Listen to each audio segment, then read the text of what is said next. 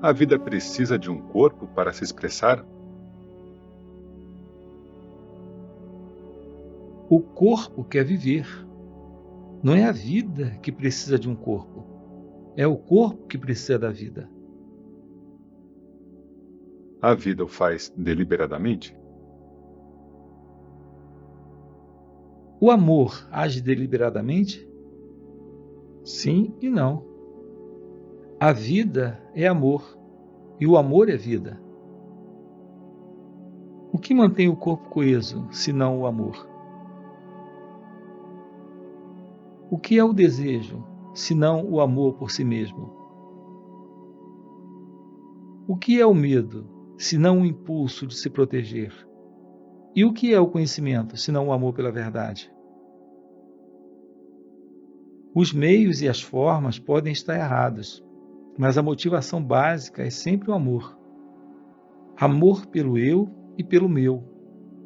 O eu e o meu podem ser pequenos, ou podem explodir e abarcar o universo. Mas o amor permanece. A repetição do nome de Deus é muito comum na Índia. Isso tem algum valor? Quando se sabe o nome de uma coisa ou de uma pessoa, pode-se encontrá-la com facilidade. Chamando Deus pelo seu nome, você o faz vir até você. Em que forma ele vem? Segundo suas expectativas. Se acontecer de você ter má sorte e uma alma santa lhe der um mantra para trazer boa sorte, e você o repetir com fé e devoção, sua má sorte fatalmente chegará ao fim. A fé constante é mais forte que o destino. O destino é o resultado de causas, a maioria delas acidentais, sendo, portanto, uma trama frouxa. A confiança e a esperança o vencem com facilidade. Quando um mantra é cantado, o que acontece exatamente? O som de um mantra cria uma forma que dará corpo ao ser. O ser pode assumir qualquer forma e operar através dela. Afinal de contas, o ser se exprime através de ações, e o mantra, basicamente, é energia em ação. Ele age sobre você e age sobre seu ambiente. O mantra é tradicional. Tem que ser assim? Desde tempos imemoriais, um elo foi criado entre certas palavras e as energias correspondentes, e isso recebeu o reforço de incontáveis repetições. É como uma estrada sobre a qual se caminha. É um caminho fácil, basta ter fé. Você confia que a estrada vai levá-lo ao seu destino.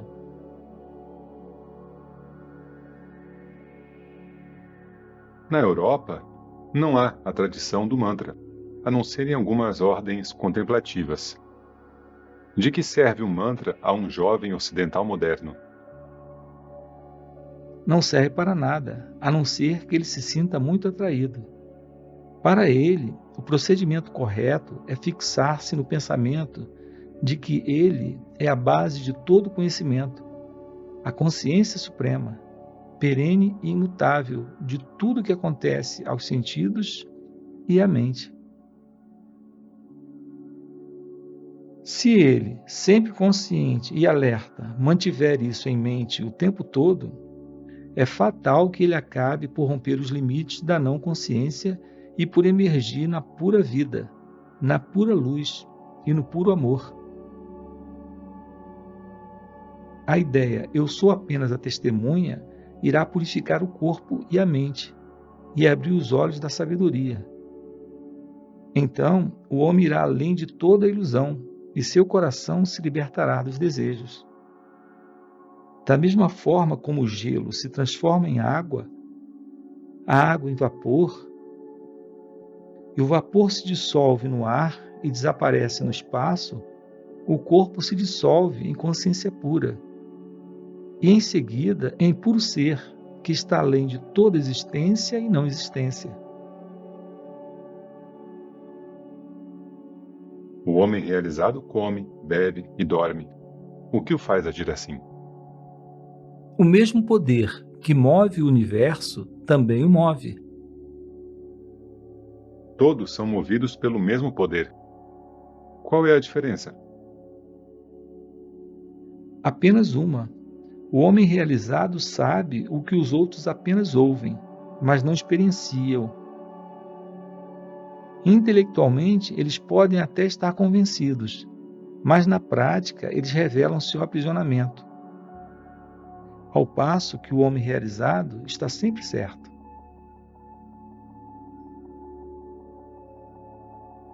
Todos dizem eu sou. O homem realizado também diz eu sou. Qual é a diferença? A diferença está no sentido atribuído às palavras eu sou. No homem realizado, a experiência eu sou o mundo é meu, é supremamente válida. Ele pensa, sente e age integralmente em uníssono com tudo que vive. É possível que ele nem ao menos conheça a teoria e a prática da autorrealização e tenha nascido e sido criado livre de ideias religiosas e metafísicas. Mas não haverá a menor falha em seu entendimento e em sua compaixão.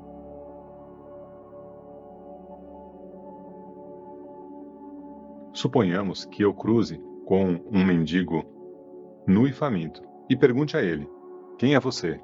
E ele me responda: eu sou o Ser Supremo. Bem, digo eu, já que você é o Ser Supremo, mude seu estado atual. O que ele fará? Ele perguntará a você: que estado? O que há para ser mudado? O que há de errado comigo? E por que ele responderia assim? Porque ele já não é mais prisioneiro das aparências. Ele não se identifica mais com o nome e forma. Ele usa a memória, mas a memória não consegue usá-lo. Todo conhecimento não se baseia na memória? O conhecimento inferior, sim. O conhecimento superior, o conhecimento da realidade, é inerente à natureza humana. Eu poderia dizer que não sou aquilo de que tenho consciência, nem a própria consciência? Enquanto você for um buscador, é melhor ficar com a ideia de que você é a consciência pura, livre de qualquer conteúdo. Ir além da consciência é o estado supremo.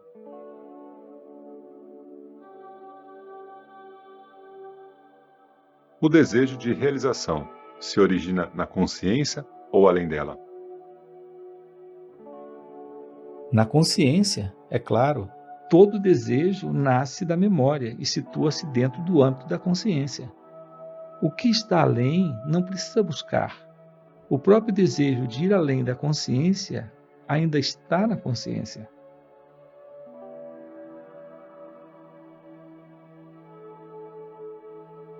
Há algum vestígio ou marca do além na consciência? Não, não pode haver. Então, qual é o vínculo entre os dois? Como encontrar uma passagem entre dois estados que nada têm em comum? A consciência pura não seria o elo entre os dois? Até mesmo a consciência pura é uma forma de consciência. Então, o que está além? O vazio?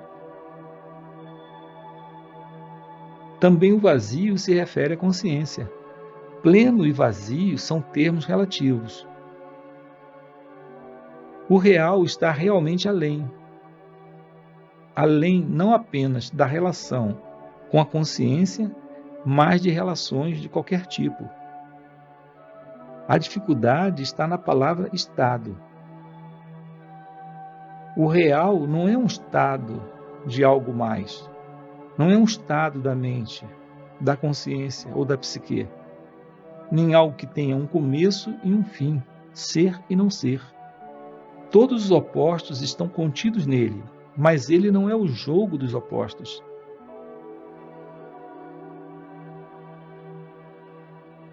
É preciso que você não o veja como sendo o fim de uma transição. Ele é o que é, depois de a consciência, como tal, não mais existir. As palavras "eu sou um homem" ou "eu sou Deus" não têm sentido. Apenas no silêncio e na escuridão ele pode ser ouvido e visto. Em outra ocasião, Nisargadatta falou: Vocês todos estão encharcados, pois chove forte. No meu mundo sempre faz um bom tempo. Não há dia nem noite, nem frio nem calor. Lá nenhuma preocupação me atormenta, e tampouco há arrependimento.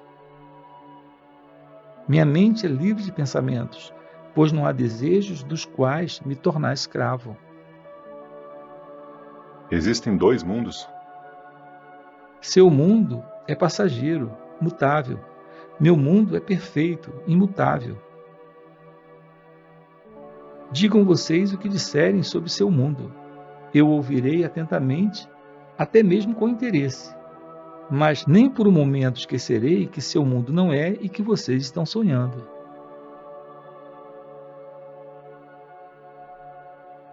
O que distingue seu mundo do meu?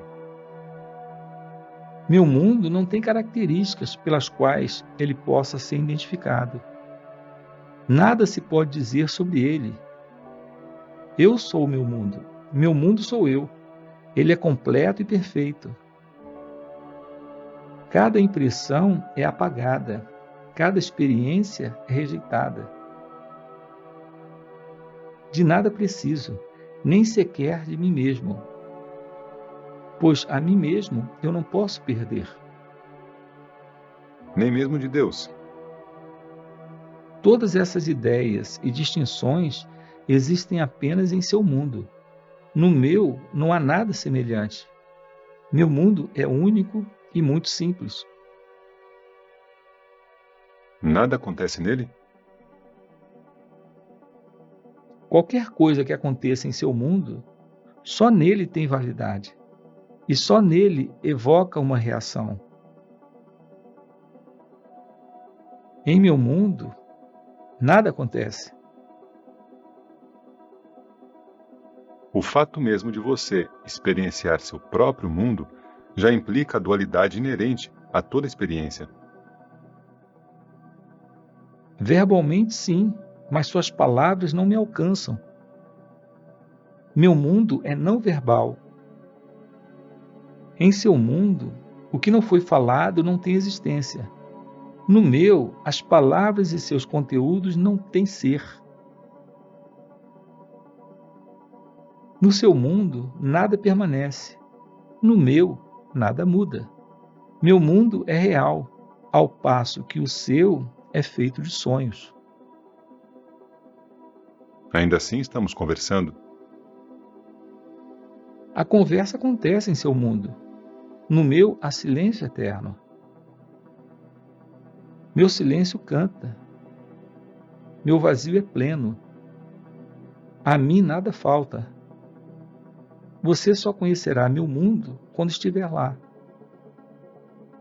Você parece estar sozinho em seu mundo. Como você pode dizer sozinho ou não sozinho, quando as palavras não se aplicam? Claro que estou só, pois eu sou tudo. Algum dia você virá ao nosso mundo? O que significa ir e vir para mim? Novamente, apenas palavras. Eu sou. De onde eu viria? E para onde eu iria? De que serve seu mundo para mim? Pense em seu mundo com mais cuidado. Examine-o de forma crítica. E de repente, um dia você se verá no meu. O que ganhamos com isso? Você nada ganha, você deixa para trás o que não é seu e encontra o que jamais perdeu: seu próprio ser. Quem governa o seu mundo? Aqui não há governante nem governado, não há qualquer tipo de dualidade. Você está apenas projetando suas próprias ideias. Suas escrituras e seus deuses nada significam aqui. E, no entanto, você tem um nome e uma forma. Demonstra consciência e atividade. No seu mundo, é assim que pareço. No meu, possuo apenas ser, nada mais. Vocês são ricos com suas ideias de posse, de quantidade e de qualidade. Eu sou completamente vazio de ideias. Em meu mundo há perturbação, agonia e desespero. Você parece estar vivendo de alguma renda oculta, ao passo que eu tenho que trabalhar como um escravo para ganhar a vida.